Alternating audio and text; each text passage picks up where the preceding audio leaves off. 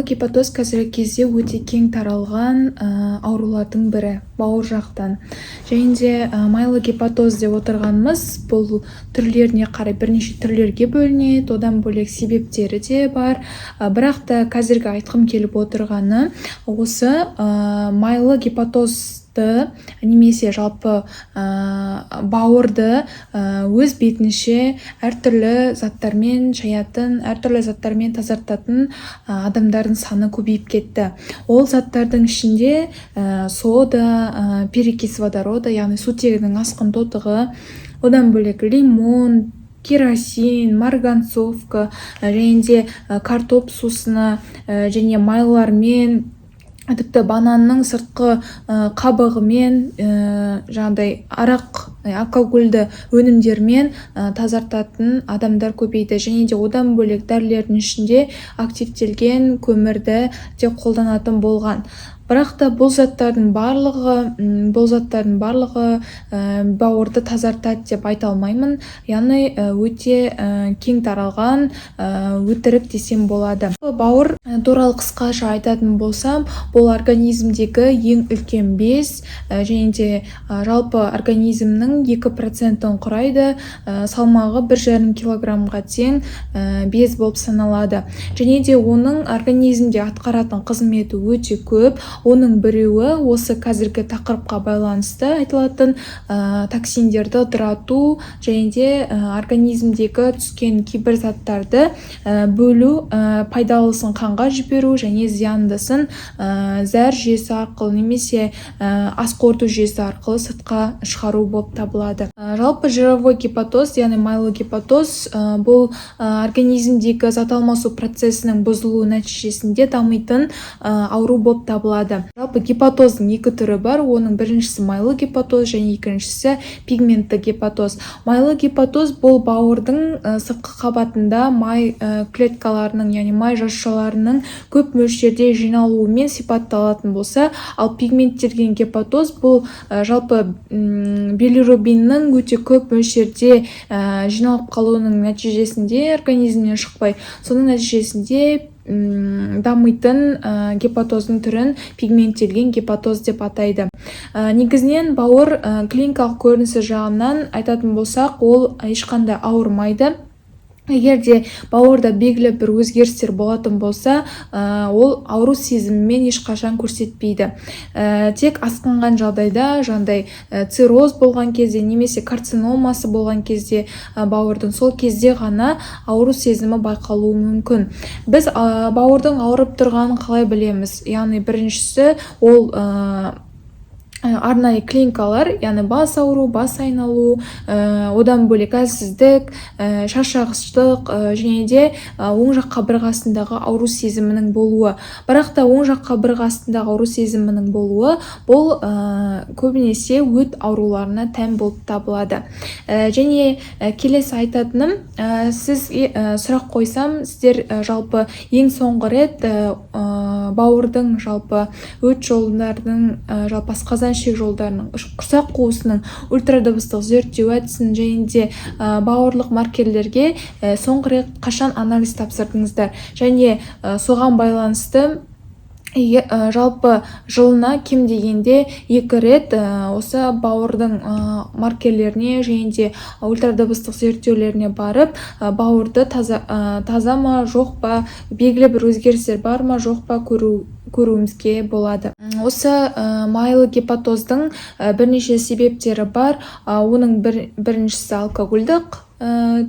алкогольдік себептерден дамиды, екіншісі алкогольді емес себептерден. Алкогольді себептерден дамитын ат айтып тұрғандай, түрлі мысалы алкогольді сусындарды көп қолдану барысында осы бауырда май жиналады. Соның нәтижесінде майлы гепатоз дамитын болса, ал алкогольді емес түрі көбінесе дәрілік заттар, БАДылар және де кейбір токсинді заттарды ішіп қою, одан бөлек келесі мысалы инсулиннің өзі, қант диабетінің өзі де алкогольді емес себептеріне жатады.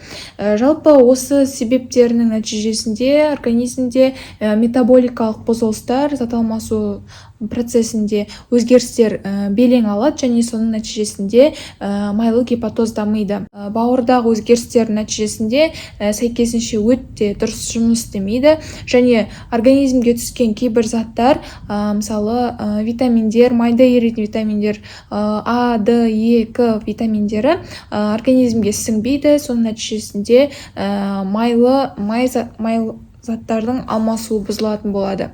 Одан бөлек қазіргі кезде диетаға отыратындар саны көбейген, жағдай өздерінің ережесін білмейді, сәйкесінше кашамен қоректенеді, немесе диета ұстап жүрмін, правильный питание ұстап жүрмін деп неше түрлі тағамдарды жейді, және де өздерін кейбір керекті заттардан шектеп тастайды. Мен сіздерге ашып түсіндіретін болсам, жалпы дұрыс толыққанды тамақтану керек. Яғни 1932 жылы зерттеулерде осы жалпы организмге керекті заттарды зерттеп қараған болатын. Сол кезде амин қышқылдарының ішінде метионин және холин амин қышқылдары организмде тікелей жағдай жасалмайтынын өздігінен анықтаған болатын. Және де осы амин қышқылдары тек қана сыртқы факторлардың әсерінен сыртқы ортадан түсетіндігін зерттеп көрсетті. Және ол амин қышқылдары, мысалы метионин көбінесе организмге керекті глутатион қышқылының бөлінуіне сәйкес әсер ететін болса, ал холин бұл май қышқылдарының ыдырауына, организмге май қышқылдарының сіңуіне сәйкесінше әсер ететіндігі анықталды. Қандай тағамдардың құрамында бар бұл өнімдер? Мысалы, холин бұл жалпы жұмыртқаның сарысында, жұмыртқаның өзінде, бидайда, овсянкада, қазақшасын білмей тұрмын, және де горох, арахис өнімдерінде, балықта және картопта, еттің түрлерінде, барлығында емес, бірақ көбінесе құс өнімдерінде көп кездеседі. Ал екіншісі бұл метионин. Метионин бұл барлық ет өнімдерінде, жалпы жануарлардың барлығын ет өнімдерінде, одан бөлек сүт өнімдерінде және де күнбағыс майында кездесетіндігі анықталды. Және осыларды қолдану организмдегі жалпы зат алмасу процесінің дұрысталуына белгілі бір септігін тигізгендігі де осы зерттеулерде анықталған. Және де бір айта кететінім, бұларды қатты аса көп қолданбау керек, барлығы өз мөлшерімен болу керек. Және келесі екінші ереже бұл майлы тағамдарды қолдану. Яғни майлы тағамдар деген кезде мысалы май өнімдерін, жануар майы, өсімдік майы, омега-3, 6-ға бай өнімдер, балық өнімдерін, осыларды қолдану организмге жақсы әсер етеді. Мысалы, сіз бауырым ауырды деп, немесе өтім толып кетті деп май өнімдерін шектеп тастасаңыз, қуырылған өнімдерден бөлек шектеп тастасаңыз, сіздің организміңіздегі өттің бөлінуі дұрыс болмайды. Солай өттің бөлінуі дұрыс болмаған нәтижесінде организмде өт жиналады, және ол жағдай тастардың пайда болуына келеді. Соның нәтижесінде тасты холецистит дамиды. Сөйтіп арқыр соңында сіз операцияға дейін баруыңыз мүмкін, Құдай сақтасын.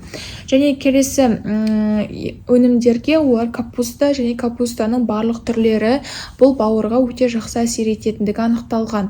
Яғни барлық жасыл өнімдер негізінен организмге жақсы әсер етеді. Оның ішінде капуста фитонутриенттік әсері бар, және бұл жалпы организмді ішек жұмысының, ас қорыту жүйесінің жақсаруына белгілі бір септігін тигізеді. Және одан бөлек соңғысы бұл интервалдық ашығу. Мысалы, интервалды ашығу бұл 8 сағат тамақтанасыз да 16 сағат тамақсыз өмір сүресіз. Солай организмді аштыққа үйретесіз. Бірақ та бұның барлығы дәрігердің тікелей айтылуымен, тікелей жағдай ол кісінің консультациясымен жүрілу керек. Егер сізде дәрігердің консультациясы болмаса, дұрыс интервалды ашығу дұрыс ұстанбасаңыз, сіз организміңізге үлкен стресс туғызуыңыз мүмкін, және соның нәтижесінде мысалы кейін ол диетаның бұзылысы, яғни дұрыс ұсталмауы байқалады да, және организмде түрлі өзгерістер болуы мүмкін. Соған байланысты сіз барлығын қалай режимді, диетаның өзінің режимін қалай ұстану керек, қанша сағаттан бастау керек, қалай ішу керек дәрілерді, осылардың барлығын дәрігермен ақылдасу керек. Және бір айтатыным, барлығы желімде жатқан тамақтарыңыз барлығы асылған күйде немесе буға піскен күйде болу керек. Майлы, қуырылған өнімдерді барынша рационнан алып тастаңыздар, өйткені олар өт жолдарының бұзылыстарына және бауырдың қызметінің бұзылысына әкелуі мүмкін. Әсіресе майлы гепатозға.